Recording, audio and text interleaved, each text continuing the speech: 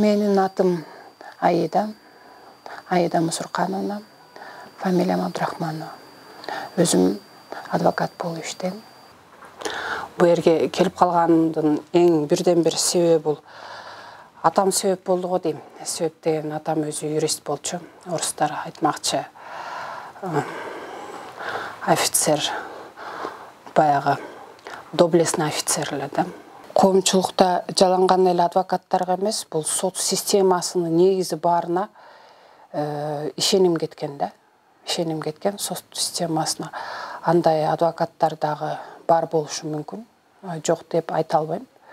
Ошондуктан бул адвокаттарды эң биринчи тандоо маселеси турганда эң биринчи баягы квалификациясынан тышкары дагы бир адамгерчилигине көңүл буруш керек да. Адилетсиз соттолуп кеткен учурлар болгон. Бул эң биринчи мен ошо адвокаттык кесиптик ишимди жаңы эле аркалай баштаганымда 11 балалуу Батырайне эле соттолгон да. 12-си боюнда бар эле, 12-си 7 ай төрөйм деп жаткан учурда ошол соттолгон учур болду эле, бирок аны алып чыгып кеткем да.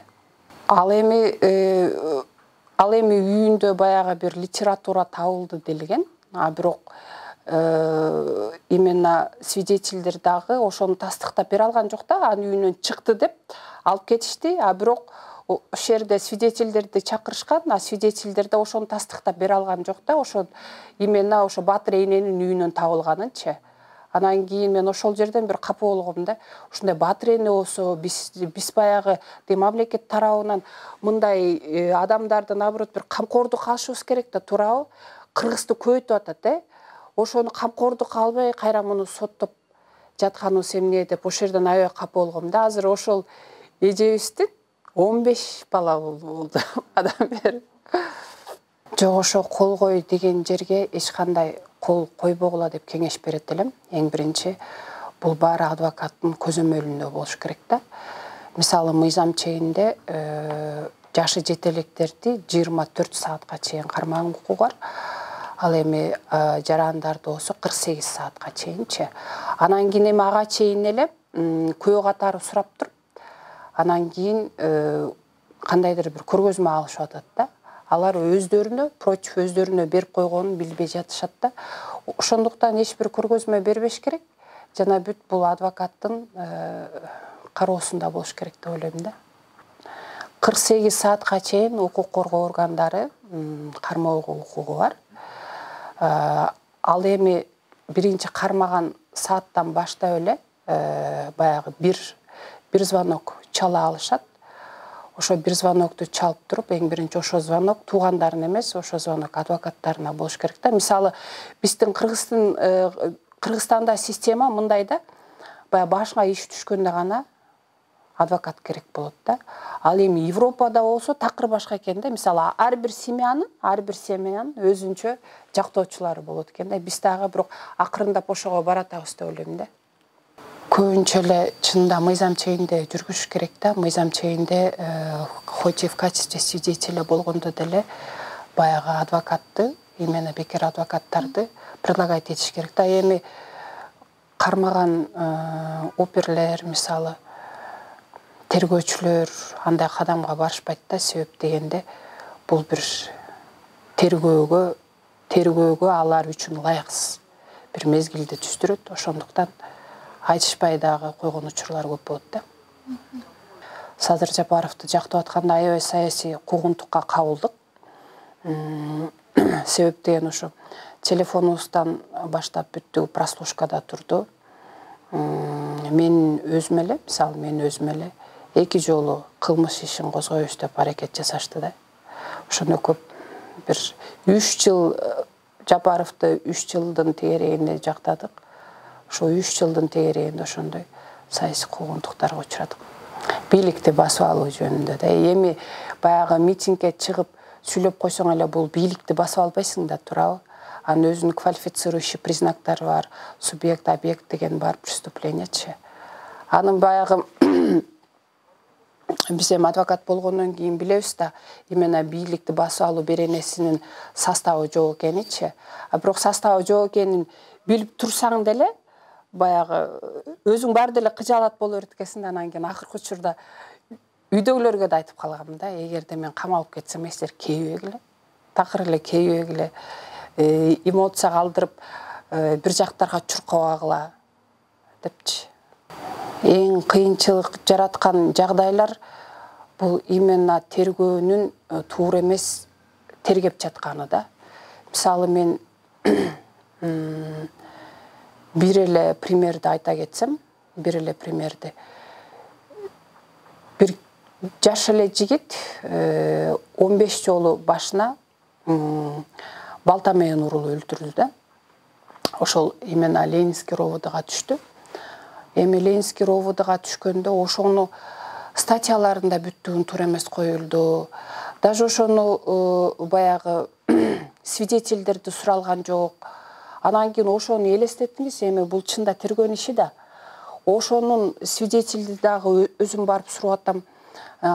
Тиги мен именно тиги тергөөчүгө ходатайство өткөрүп атам да, мисалы, мына свидетелди барып сурап койчу. Же бул звонокторду алып келип койчу. Берде именно баягы фонариктер бар бекен, ушул көчөдө көрүп койчу депчи. Анан ушундай учурлар өкүндүрөт да. Эми ошону баягы статьясын туура квалифицировать этиш үчүн ошону 6 ай бою ушунчалык чуркадык. Эми 6 ай бою чуркап, ошо Ленинский ровддан ГОВДга алып кеттик да. Анан кийин ГОВДдан гана ошону туура квалификация кылышты да. Элестетиңиз, бул 6 айлык мөөнөттө ошо канча нерв кетти да.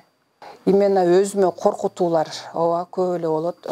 Керек болсо ошо СМС дагы жазышып, сен үйүңдү өртөп кетебиз, сен каяктасың деген учурлар болот. Анан кийин мен айтам, бул менин жумушум, мен өзүм жумушумду так кылып атам депчи. Андай учурлар көп эле болот. Азыркы учурда именно жаш кыздарды, жаш балдарды зордуктоо учуру, ошондой фактылар көп болуп атат да.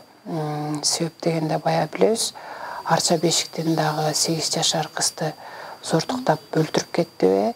Таластан дагы 5 жашар кызды именно зордуктап өлтүрүп кетти. Мен алган кылмыш иштерде дагы ошондой фактылар бар. Мисалы, бир эле ишимди ала кетсем, 7-класстагы кызды 33-дөгү эркек, чоң эле эркек, 3 баласы бар эркек, ошо зордуктаган да. Эми элестетиңиз, ошо 7-класста ошо бою ушунча эле кыз болсо керек да, мындай бантик тагынган, аябай кичинекей кыз да. Эми ошо кантип дитип барып атат. Эми бул нерсени биз токтотууга кандайдыр бир иш-чараларды көргөн жокпуз да. Бул именно педофилия күндөн күнгө күч алып атат да. Биз ушундайга токтотууга иш-чараларды көрүү үчүн мен ойлойм да, многу именно Европадагы, именно Америкадагы биз системаны алышыбыз керек да. Ал жерде Меган деген закон бар экен. Анын негизинде ушу именно педофилдердин кайсы жерде жашаганын анан сүрөтү менен, мисалы, сайттан ар бир эне көрүп турат экен да. Эне көрүп турат экен. Анан кийин ошо кайсы жака басып атат, кайсы жака продвижение болду, ошону да көрүп турат экен. Анан кийин эми бул нерсенин эң жакшы нерсеси, баягы мисалы, сенин кошунан ким экенин билбейсиң да, туурабы? Тиги ал мүмкүн түрмөдөн чыгып келген бир педофилдер, а сенин кичинекей бойго жете элек кызың бар. Ошондойлорду баягы бул эми кылмыштуулукту алдына алуу. Азыр эми депутаттар 2021 жылы 20 жылдан 23 жылга чейин көтөрөбүз дешти эле. Бул инициативаны дагы эл өкүлдөрү колдошкон жок да. Ошону 20 жылдан 25 жылга чейин көтөрүп, азыр мисалы санкциясы 15 жылга чейин или пожизненно да, өмүр бою түрмөдө да. Анан кийин именно жанагы Европадагы закондорду өзүбүзгө применять этишибиз керек да. Анткени ал ушу педофилия күндөн күнгө күч алып барып атат. Себеп деген даже биздин ушу педофилдерге болгон учетубуз да жок да. Мисалы Кыргызстандачы, мисалы канча педофил чыкты түрмөдөн быйыл. Ал кайсы жерде жашап атат? Ошондой учетубуз жок, ошондой учет база данных киргизип туруп, именно сүрөтүн киргизип туруп, анан кийин жанагы Америкадагы тиги мисалы ошол ар бир кичинекей үйүндө бала же кыз болсо ошолордун бүттү көрүшө алат экен да. Мисалы ошол педофил кайсы жака барды. И ошол тиги баягы түрмөдөн чыккан адам мисалы садиктердин жанына жашай албайт экен, школдордун жанына жашай албайт экен. Балдар мисалы көп ойногон жерге барып жашып же басып бара албайт экен да. Чынында исламдык мыйзам менен бул өлүм жазасы мисалы Кореяда, Африкада, Иракта, Иранда педофилияга өлүм жазасы да. Бул өлүм жазасын киргизиш үчүн биздин Кыргызстандын судебный системасы идеальный болуш керек да. Идеальный болуш керек. Ошондо өлүм жазасын киргизсе болот деп ойлойм да. Бирок азыр бизде жанагы именно өзүбүз айтып атпайбызбы, адвокаттарга ишенбей калышты, мисалы судебный системага ишенбей калышты депчи. Анан коррупция болуп жаткан учурда бул нерсени киргизиш азыр эрте деп ойлойм. Бейгүнөө адамдарда болуп кетиши мүмкүн да, бул эми бирок 100%-тен ошо 1% ошондой болуп кетиши мүмкүн да.